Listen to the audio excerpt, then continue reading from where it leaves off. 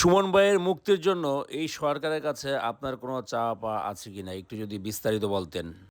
অবশ্যই সুমন ভাই আমাদের বাংলাদেশের একজন অ্যাসেট এবং তিনি যেই দলই করতো না কেন উনি সবার আগে বাংলাদেশের মানুষের জন্য সবসময় কাজ করেছে এবং তিনি যেই দলের হয়ে কাজ করেছে সেই দলের সবচেয়ে লোকের অন্যায়ের বিরুদ্ধে উনি কথা বলেছে সবসময়।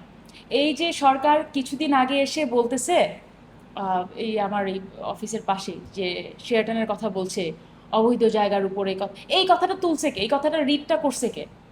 এটা তো সবার আগে উনিই করছে এবং উনিই তো সরকারকে কত 400 কোটি টাকা পাওয়াই দিল না?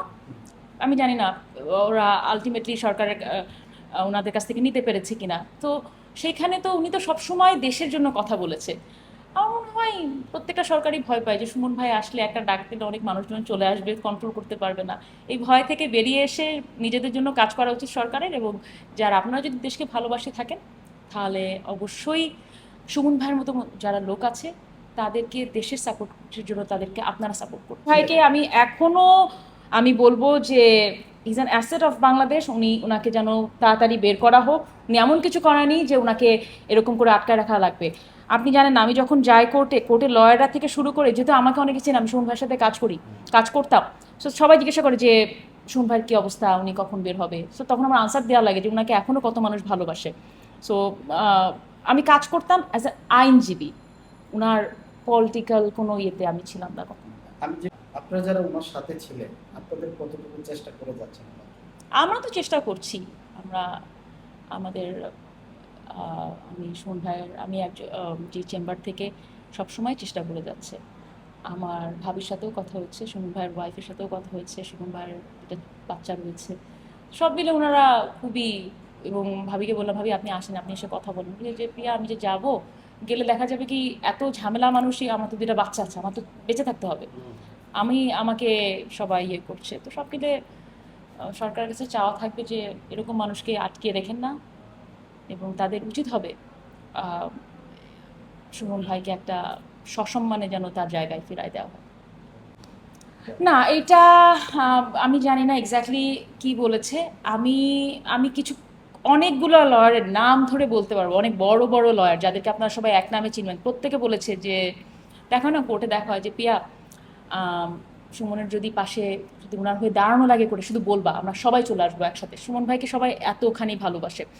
কিন্তু আপনার যে স্পেসিফিক যে কথাটা ছিল যে উনি বলতে পারছে না কিনা সেটা আমি জানি না, কিন্তু আমি বলবো যে দাঁড়ালেও জামিন পাবে না, বা জামিন পেলেও আর একটা সোন হ্যারাস দেবে বা হ্যারাস করা হবে, এই ভয়টা সবার মধ্যে আছে।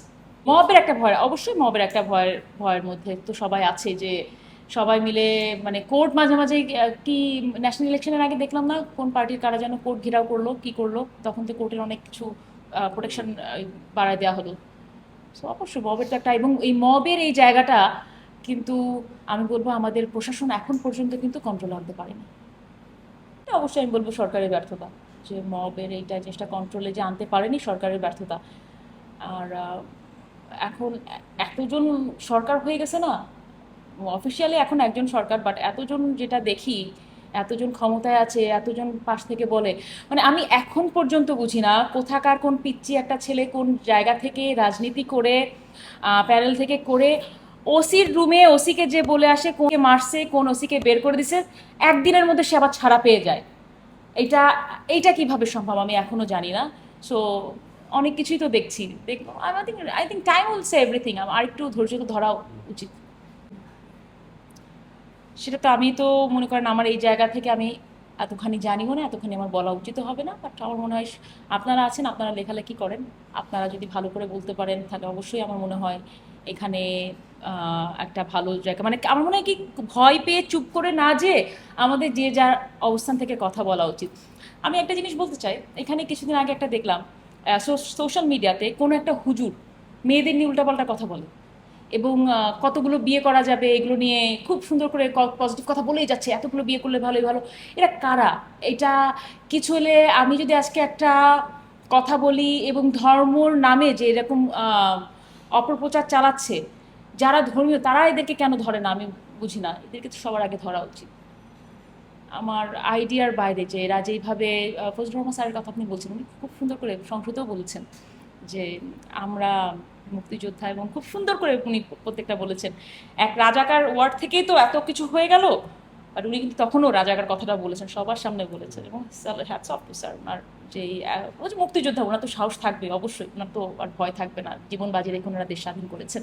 তো সেখান থেকে আমি বলবো যে আহ, একটা টাফ টাইম যাচ্ছে, বাট আমরা এটাও মোকাবেলা করতে পারবো। যে না, আমি বুঝলাম না, এই যে নারীদের উপরে খুব আক্রোশ সবার, শাহিদের প্রতি। যেই নারী জন্ম দিয়েছে, মা, আপনারা প্রত্যেকে তো কোনো পুরুষের কাছ থেকে বের হননি, কোনো মহিলার কাছ থেকেই আপনারা এসেছেন। এবং এক্সেপ্ট কিছু একটা জনগোষ্ঠী ছাড়া বেশিরভাগই তো, তাই না, আমরা ছেলে মেয়েদেরই তো বিয়ে হয়, ছেলে মেয়ের মধ্যে মানে আমার যে সবচেয়ে কাছের যে পার্টনার, যার সাথে আমার আজীবন থাকতে হবে, সেও তো আমার অপোজিট লিঙ্গের, বা আপনাদের জন্য সে তো ওয়াইফ। তাদের প্রতি এত আক্রমণাত্মক কেন আমি বুঝি না। এবং কিছু হলেই তারা কি কাপড় পরতেছে, তারা কিভাবে কথা বলছে। বাবা, আমি নিজে কেন, আরেকটা পুরুষ মানুষে কেন সংযত হচ্ছে না? আমি বলছি না নারীরা ধোয়া সব তুলসী পাতা, বাট একটা ছেলে কেন তার ধর্মতে তো অনেক কথাই বলেছে, তার চোখ সংযত করছে না, সেটা আমরা কেন বলছি না? এবং আপনি দেখবেন সোশ্যাল মিডিয়াতে গেলে ছোট ছোট বাচ্চারা, তাদের প্রোফাইলে গেলে দেখবেন উল্টাপাল্টা গালিগালাজ দিয়ে কথা বলছে। তারা কেন বলছে? কারা তাদের ব্রেন ওয়াশ করছে? তো এইগুলোতে যদি যাই, ওই আবার আমার চলে আসতে হবে প্রাথমিক শিক্ষার যে বইগুলো, এই ছোটোবেলা থেকে যদি না ঠিক হয়, এবং তার পাশাপাশি তার বাবা মা, যারা মনে করেন আসলেই খুব সিম্পল, তাদেরকে যাই বুঝাবে তারা সেটাই বুঝবে, আর তার এই ব্রেন ওয়াশটা যেন না করতে পারে, তারা সরকারকে কিছু পদক্ষেপ নিতে হবে। এবং সরকারের পদক্ষেপের সাথে পাশাপাশি আমরা যারা মানুষ রয়েছে, আমাদের যে যার অবস্থান থেকে এগিয়ে আসতে হবে।